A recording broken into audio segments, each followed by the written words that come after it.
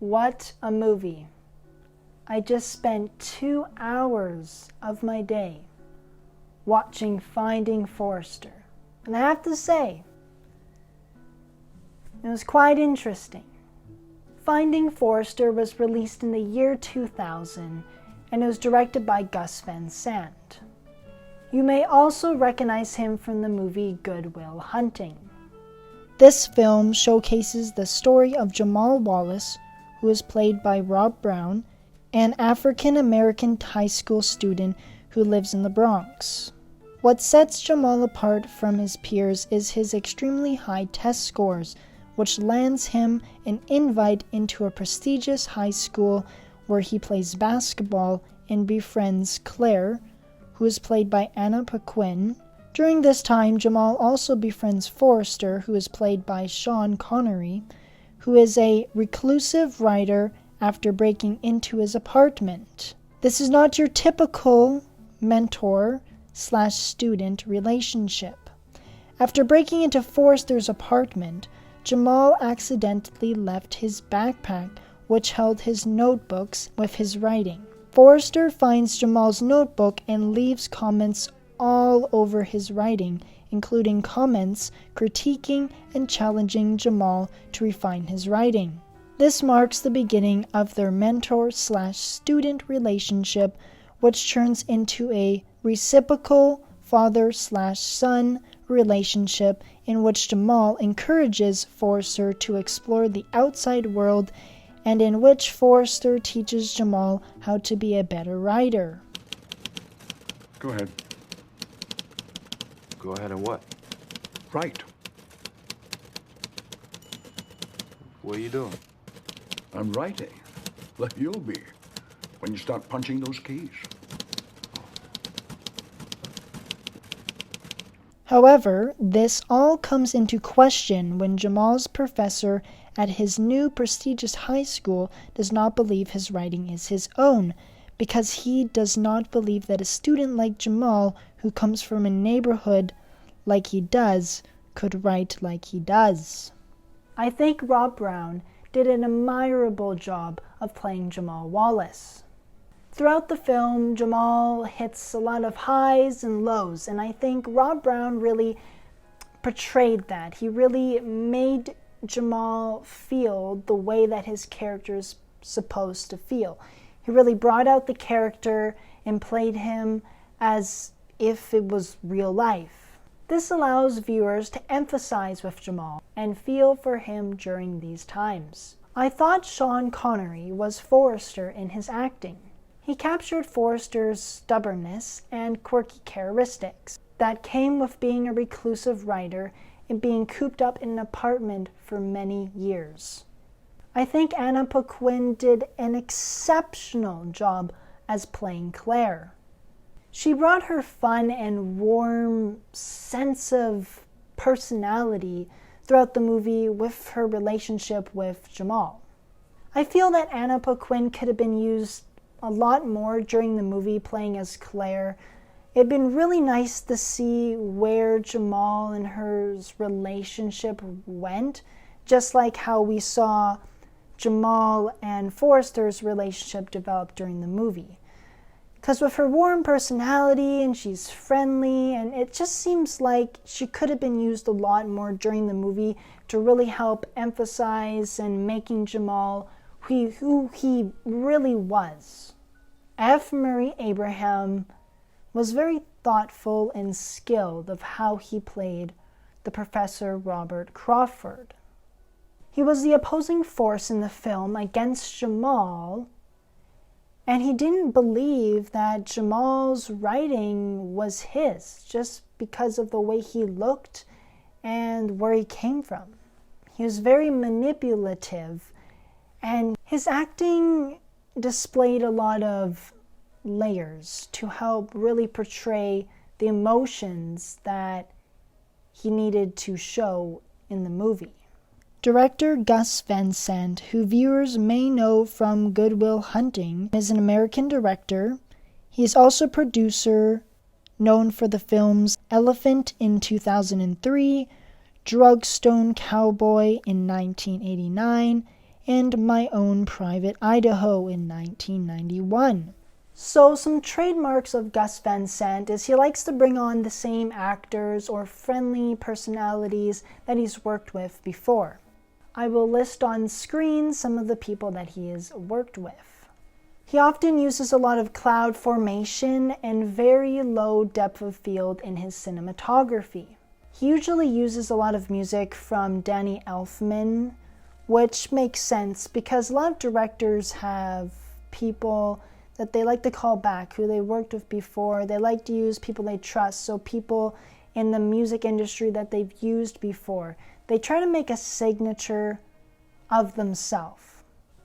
Another trademark of Gus Van Sant is he likes to use interesting credits. He likes to put film footage from the movie behind the credits instead of using just the regular old black screen. And in my opinion, that's quite interesting because it really helps you stand out from the other people who make movies, because when they see the footage being played behind the credits, that's a trademark to Gus Van Sant. Finding Forrester really leaves the viewers with a powerful message of believing in oneself. We really see this through Jamal's relationship with Forrester and how Forrester really encourages and teaches Jamal how to write so he can reach his fullest potential. Finding Forrester also leaves viewers feeling more aware. As we watch Jamal's journey transferring from his school in the Bronx to his new prestigious school, we see others doubt his abilities as a writer because of where he comes from, specifically from his teacher. Professor Crawford does not think Jamal's writing is his own because he does not think that a student like Jamal, coming from a neighborhood he did, could write like that. This leaves viewers feeling for Jamal and being aware of their own biases, of where they come from, and not doubting anyone's abilities because of that. There's a few significant parts of this film: mentorship, friendship and loyalty, can't judge a book by its cover, discrimination and race. Forrester is a mentor to Jamal and helps him find his words and refine his writing.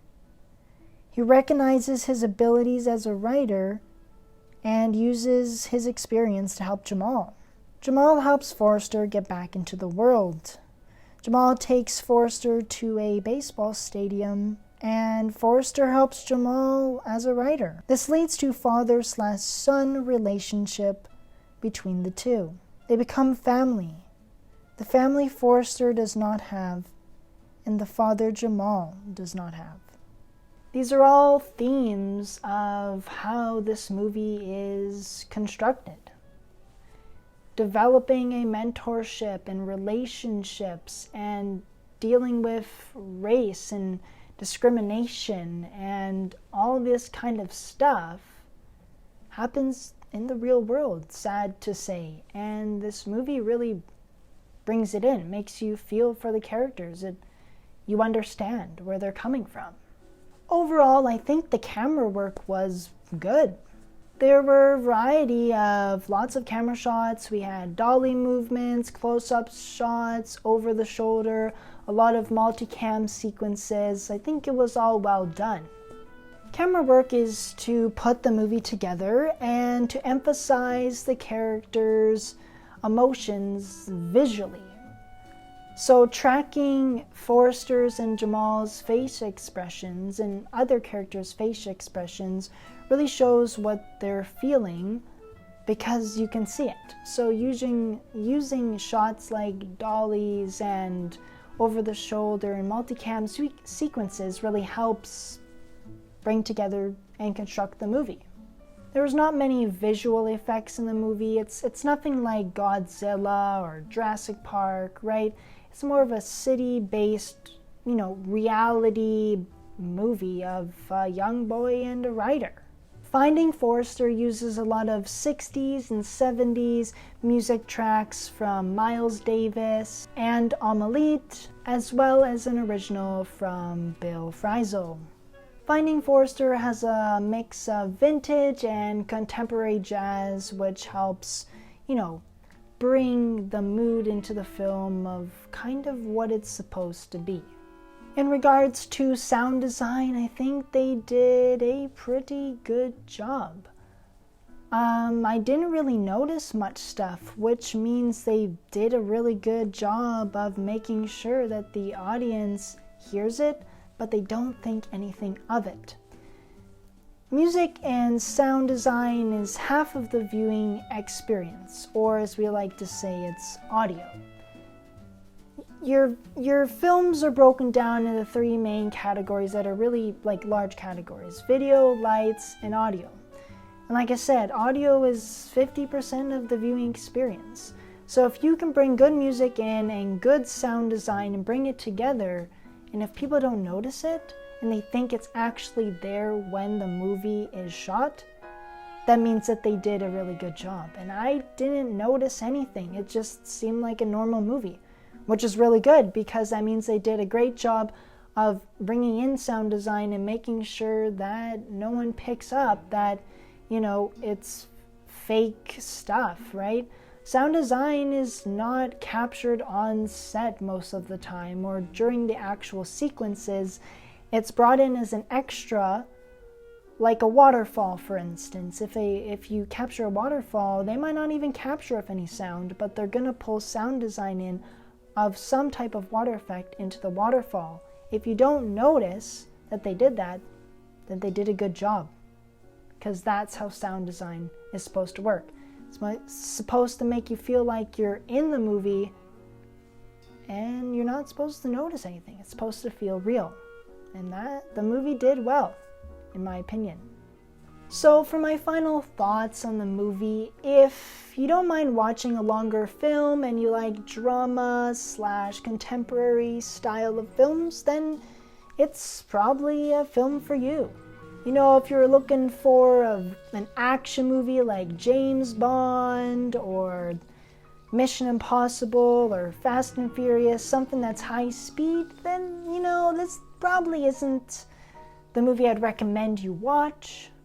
That being said, it was an enjoyable film to watch, and I would recommend anyone just trying to watch it, right?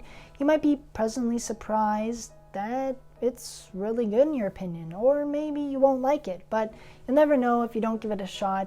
And I think it's one of those films that are done really well, and I think that you should give it a shot.